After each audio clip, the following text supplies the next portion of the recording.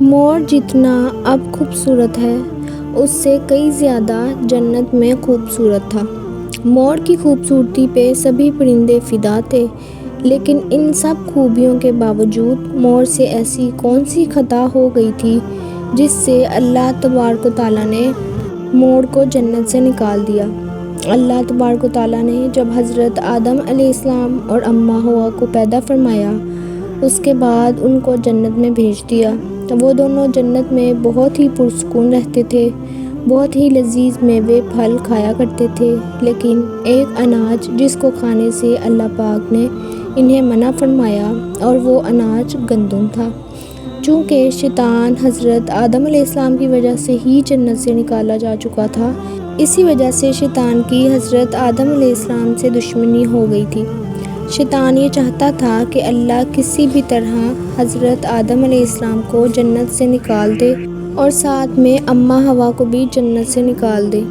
جب شیطان کو یہ خبر ہوئی کہ حضرت آدم علیہ السلام کو تمام میوے کھانے کی اجازت ہے لیکن گندم کھانے کی اجازت نہیں ہے، تو شیطان انتقام کی آگ دل میں لیے جنت کے دروازے کے پاس بیٹھ گیا اور 300 سال تک وہاں پر بیٹھا رہا کہ کوئی جنت کے دروازے سے باہر آئے اور شیطان اس سے بات کر سکے۔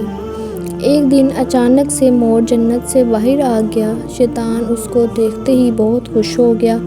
شیطان نے پوچھا، اے خوبصورت پرندے، تم کون ہو؟ مور بولا، میں مور ہوں، اب تم اپنا تعارف کرواؤ۔ شیطان نے جواب دیا کہ میں عالم کروبیہ کا ایک فرشتہ ہوں، میں اللہ پاک کی عبادت سے ایک پل بھی غافل نہیں ہوں۔ میں چاہتا ہوں کہ میں جنت میں جاؤں، وہاں کی نعمتوں کا اپنی آنکھوں سے مشاہدہ کروں۔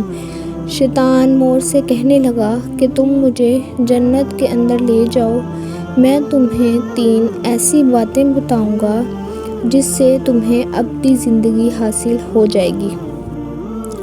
تمہیں بڑھاپا اور بیماری نہیں آئے گی، تم ہمیشہ جنت میں ہی رہو گے۔ شیطان کی یہ باتیں سن کر لالچ میں آ کر مور نے کہا کہ مجھ میں تو اتنی طاقت نہیں ہے کہ میں تمہیں جنت کے اندر لے جاؤں، لیکن ایک سانپ میرا دوست ہے، وہ شاید تمہاری مدد کر سکے۔ یہ کہہ کر مور سانپ کے پاس آیا، اس کو ساری بات بتائی۔ سانپ بھی شیطان کی باتوں سے بہت خوش ہو گیا، پھر شیطان کو اپنے منہ میں چھپا کے جنت میں داخل ہو گیا اور یوں شیطان اپنی چال میں کامیاب ہو گیا۔ جنت کے تمام نگہبانوں کو یہ معلوم تھا کہ شیطان یہ چال چل رہا ہے اور جنت میں داخل ہو چکا ہے۔ فرشتے شیطان کو جنت سے نکالنے لگے، تب ہی اللہ پاک کا حکم ہوا کہ اس کو ابھی تک جنت میں ہی رہنے دیا جائے۔ وہ فرشتے اللہ تبارک و تعالیٰ کے حکم سے رک گئے۔ شاید یہ حضرت آدم علیہ السلام کا امتحان تھا۔ شیطان حضرت آدم علیہ السلام کے پاس اور اماں حوا کے پاس جا کر اپنی محبت کا اظہار کرنے لگا۔ وہ دونوں ہی شیطان کو پہچان نہ سکے کیونکہ ماضی کے مقابلے میں شیطان کی شکل تبدیل ہو چکی تھی۔ شیطان کہنے لگا کہ میں چاہتا ہوں کہ آپ دونوں ہمیشہ جنت میں اسی طرح زندگی گزاریں، ہمیشہ خوش رہیں۔ حضرت آدم علیہ السلام اس کی بات بہت غور سے سننے لگے۔ شیطان نے کہا، اگر آپ میری بات مان جائیں تو آپ کو جنت کی اور بھی تمام سہولتیں ملیں گی۔ حضرت آدم علیہ السلام شیطان کے بہکاوے میں آ کر کہنے لگے کہ یہ کس طرح ممکن ہے؟ شیطان کہنے لگا، ایک گندم کا دانہ اگر آپ دونوں چکھ لیں تو آپ کو ابدی حیات حاصل ہو جائے گی اور آپ جنت میں ہی رہیں گے۔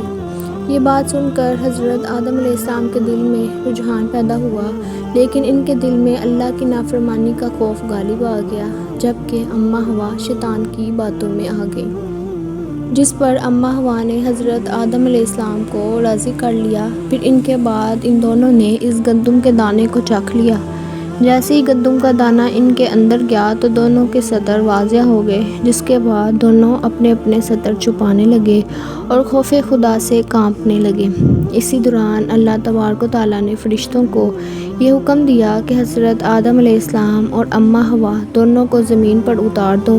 حضرت آدم علیہ السلام کو سری لنکا کے قریب نیچے زمین پہ بھیج دیا، جبکہ اماں حوا کو جدہ کی سرزمین پر اتارا گیا۔ جن خوبصورت پیروں سے چل کر مور شیطان کو جنت کے اندر لے کر آیا تھا، وہی خوبصورت پاؤں اللہ پاک نے مور سے لے لیے۔ سانپ جو اپنے منہ میں شیطان کو چھپا کر لایا تھا، اس کے منہ کی خوبصورت خوشبو کو چھین کر اس میں زہر ڈال دیا گیا۔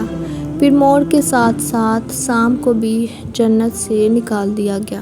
آج کے لیے اتنا ہی۔ امید ہے آپ کو یہ ویڈیو ضرور پسند آئے گی۔ اگر آپ کو میری ویڈیو اچھی لگے تو اسے لائک کر دیجئے گا اور میرے چینل کو سبسکرائب کر دیجئے گا۔ مجھے اپنی دعاؤں میں یاد رکھیے گا۔ اپنا بہت خیال رکھیے گا۔ اللہ حافظ۔